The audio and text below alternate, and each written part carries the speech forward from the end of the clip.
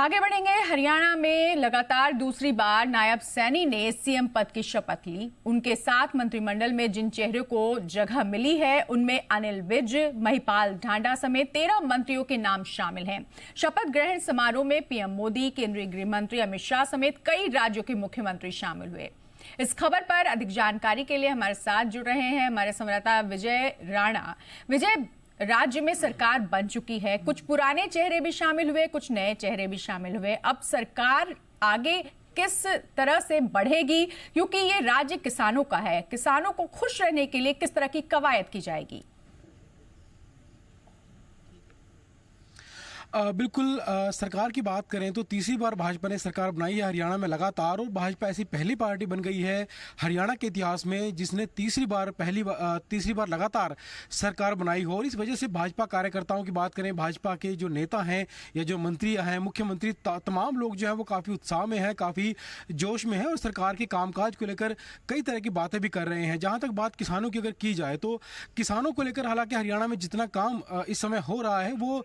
किसी भी प्रदेश में भारत के नहीं हो रहा, क्योंकि सरकार ने चुनाव से ऐन पहले एक घोषणा की थी कि हरियाणा में सभी फसलें, हरियाणा में करीब 24 फसलें उगाई जाती हैं और सभी 24 फसलें जो है एमएसपी पर खरीदी जाएंगी। उससे पहले 14 फसलें एमएसपी पर खरीदी जाती थी और पूरे भारत में ऐसा कोई राज्य इस समय नहीं है जिसमें इतनी ज़्यादा फसलें एमएसपी पर खरीदी जाती हों। इसके अलावा हरियाणा सरकार किसानों को खुश करने की लगातार योजनाएं जो है वो पहले भी जारी करती रही है, जैसे कि ई क्षति पूर्ति पोर्टल बनाया गया हरियाणा में, ताकि किसान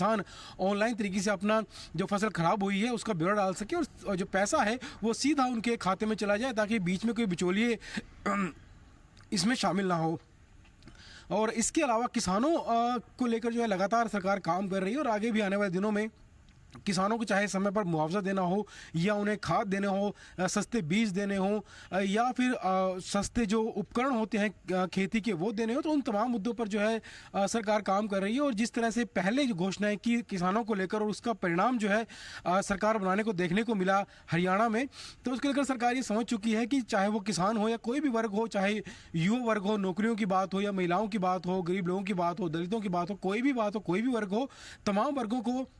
साधना जो है बेहद ज़रूरी है और तमाम वर्गों को साथ लेकर चलना बेहद ज़रूरी है। चुनाव से जब पहले इस साल मार्च में जब मुख्यमंत्री का चेहरा बदला गया हरियाणा में, नायब सैनी को मुख्यमंत्री बनाया गया और नायब सैनी को बहुत ज़्यादा समय नहीं मिला हरियाणा में काम करने के लिए। 50 या 60 दिन हम कह सकते हैं कि उन्हें ज़्यादा से ज़्यादा मिले हैं हरियाणा में काम करने के लिए। और इस दौरान उन्होंने तमाम वर्गों के लिए अलग घोषणाएँ की, बल्कि जो भी वर्ग मुख्यमंत्री के पास उस समय अपनी मांग लेकर आया उस मांग को तुरंत पूरा किया गया। और सरपंचों का मुद्दा यहाँ पर काफ़ी लंबा चला था, यहाँ पर संघर्ष भी हुआ, प्रदर्शन भी हुआ। सरपंचों का जब ई टेंडरिंग के में जो बांधा गया था, उसकी जो लिमिट थी, ई टेंडरिंग में जो काम करवाने की लिमिट थी वो 5 लाख से बढ़ाकर 20 लाख तक कर दी थी, उसका भी उस फैसले को भी सराहा गया सरकार के। और तमाम ऐसी बातें, तमाम ऐसी घोषणाएं की गई जिसके जरिए जो है हरियाणा में भाजपा को लगातार तीसरी बार सरकार बनाने की जो मौका है वो मिला है। इसके अलावा हमने आज जो भी कैबिनेट मंत्री बने हैं, क्योंकि 13 कैबिनेट मंत्री बनाए गए हैं जिसमें से 10 कैबिनेट मंत्री हैं और 2 राज्य मंत्री बनाए गए हैं, हमने कई कैबिनेट मंत्रियों से बात की तो उन्होंने ये कहा कि जो आगे का जो रोड मैप है वो फिलहाल यही है कि जो संकल्प पत्र भाजपा ने जारी किया था चुनाव से पहले, जो घोषणा पत्र जारी किया था उसमें जो घोषणा की गई थी वो सारी घोषणाएं पहले सरकार को पूरी करनी है। उसके बाद आगे का जो रोड मैप है वो तैयार किया जाएगा, ताकि कल लोग ये ना कह सकें कि सरकार जो भाजपा ने घोषणाएं की थी चुनाव से पहले उन्हें पूरा नहीं किया गया, और उन घोषणाओं को सबसे पहले पूरा किया जाएगा। बिल्कुल, इसमें मुख्य घोषणाएं हैं कि इस हरियाणा में 2 लाख नौकरियां जो हैं वो देनी है और इसके अलावा महिलाओं को 2100 रुपये पेंशन देनी है, 500 रुपये गैस सिलेंडर, जो तमाम इस तरह की घोषणाएं हैं, बुजुर्गों की पेंशन बढ़ाई जाएगी। तो ये जो संकल्प पत्र में जो वादे किए गए थे उनको पूरा करने की भाजपा सरकार हरियाणा में सबसे पहले कोशिश करेगी। बिल्कुल, तो सबसे बड़ी चुनौती यही होगी कि जो संकल्प पत्र था, जो वादे किए गए थे और इन वादों पर जनता ने वोट दिया है, उन वादों को पहले पूरा किया जाए और साथ ही साथ अपने सरकार के जो दिग्गज चेहरे हैं, बड़े चेहरे हैं, उन सभी को लेके आगे बढ़ा जाए और फिर किसानों के हित की बात भी राज्य में लगातार जारी रखी जाए। बहुत शुक्रिया इस पूरी जानकारी के लिए विजय।